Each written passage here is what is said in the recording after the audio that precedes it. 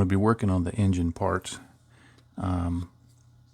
This thing here, and then there's an exhaust that goes towards the bottom of it, this exhaust that comes out of the top, this engine unit that goes on it, and then there's this thing. I'm not sure what this is. It looks like an exhaust, but it goes right down here, right near the pilot's backside, so I'm not sure if this is an engine exhaust or a, shall we say, pilot exhaust. So maybe I'll just add some extra brown stains to that, but we'll see.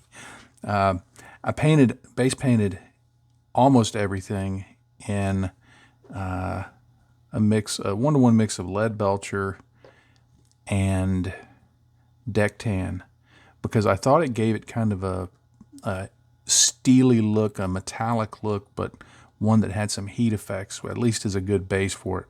Based on Google searches that I did, just looking at photos of engines and car manifolds and stuff like that, and I thought that mix of colors would work well as a basis for everything that's to come.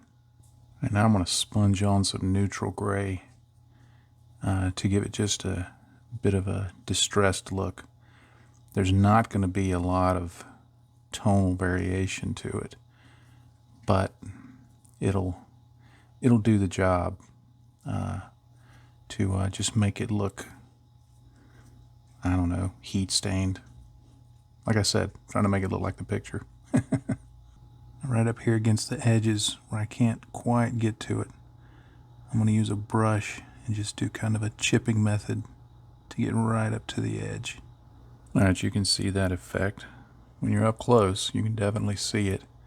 A little further away, maybe not so much. Let me refocus. When I bring it down to here, it's, at least on the viewfinder I have, it's not quite as apparent. And to my eye, it's not, you know, the further away you get. But this is just one of those little things that I think adding in, even though it's very low contrast, adding that in just contributes to the overall depth of finish of the whole thing.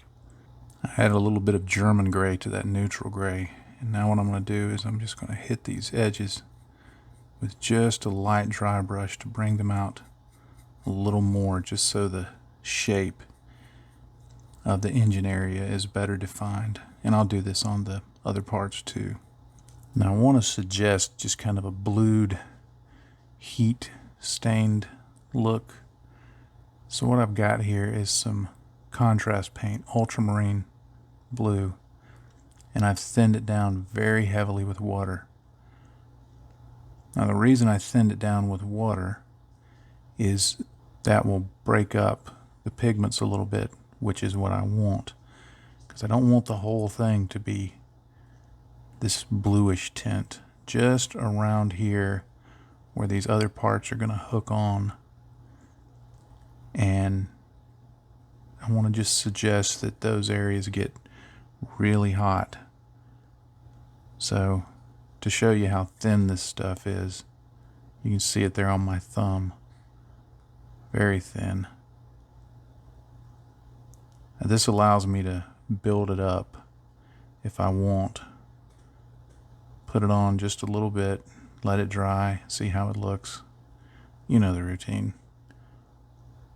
But that, hopefully, like I said, will just suggest some heat.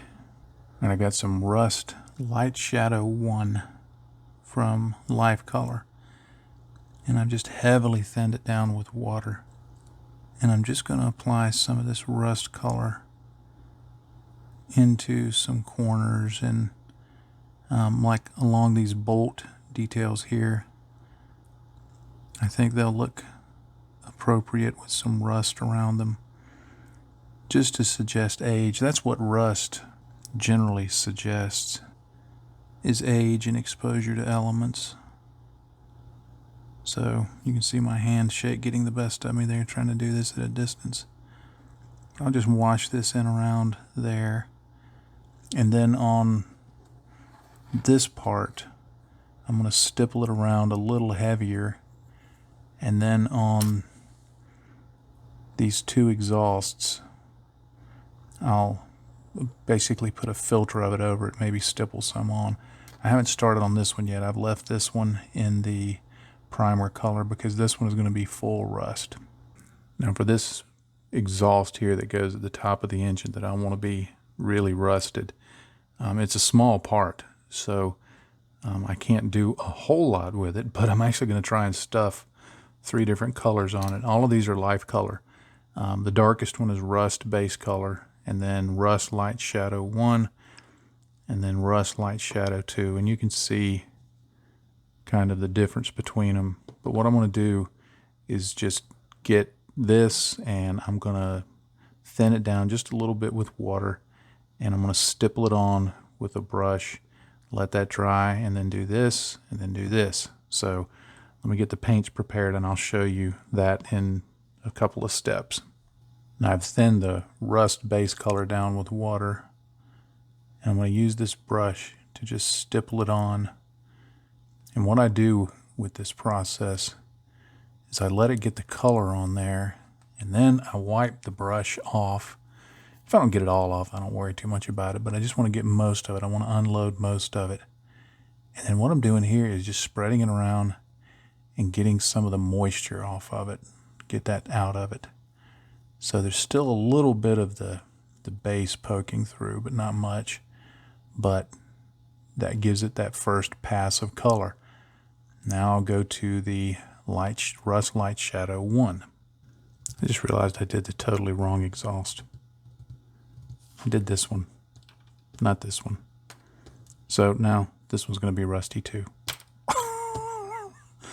It sucks being old. Forget things within 30 seconds, even when I video them.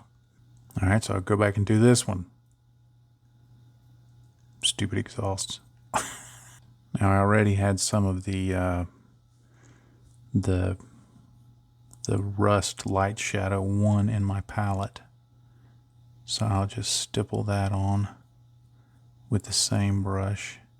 All right, now I'm using the rust light shadow 2, and I'm using it on the exhaust that I intended to use it on from the beginning. Now again, I've thinned this down with water, but just a little bit. It's much more paintable at this point. And this time I'm using this brush to do kind of more like a sponge application type effect rather than a heavier all over coat, because I want to get just a bit of a textured look to it. Rust, when it gets this far along, rust definitely leaves texture on metal. So I know in scale, you know, I don't want to over exaggerate it, but I want there to be that hint of it. Now I'm going to use just a little bit of Agrax Earthshade to shade in a few areas where there's details, just to make those shapes stand out just a little more. Agrax Earthshade works really well with rust tones. I mean, because it's a reddish brown, so it will work really well. I'm putting this on afterwards because I knew that when I put on the rust colors the way I was doing it, if I would have had this on there first, it would have just disappeared.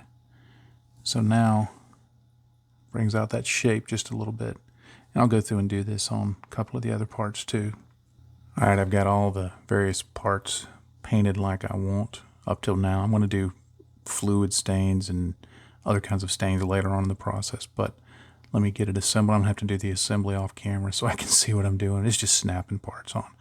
But I'll get it assembled and we'll take a look at how the engine is looking up to this point. All right, so this is how it looks once assembled, and I like that. I can live with that. It's not quite what I had in mind, but I rarely achieve what I have in mind. What I see in my head and what I can do on plastic are generally two different things. Now I'll go back later in the build and put some fluid stains on, oil stains, some exhaust soot. You know, there's still some effects to follow, but I just wanted to get the base staining, heat staining, and rust effects down on the engine before moving on. So I think that'll work. But thank you so much for supporting my work. I hope you're enjoying this video series, and I hope it's sparking some ideas for your own builds, and at least giving you something to watch when you're working on your own models and you just want some some idiotic background noise. So anyway, as I always say, in this hobby, if you're not having fun, you're doing it wrong. Happy day to you, friends. Bye-bye.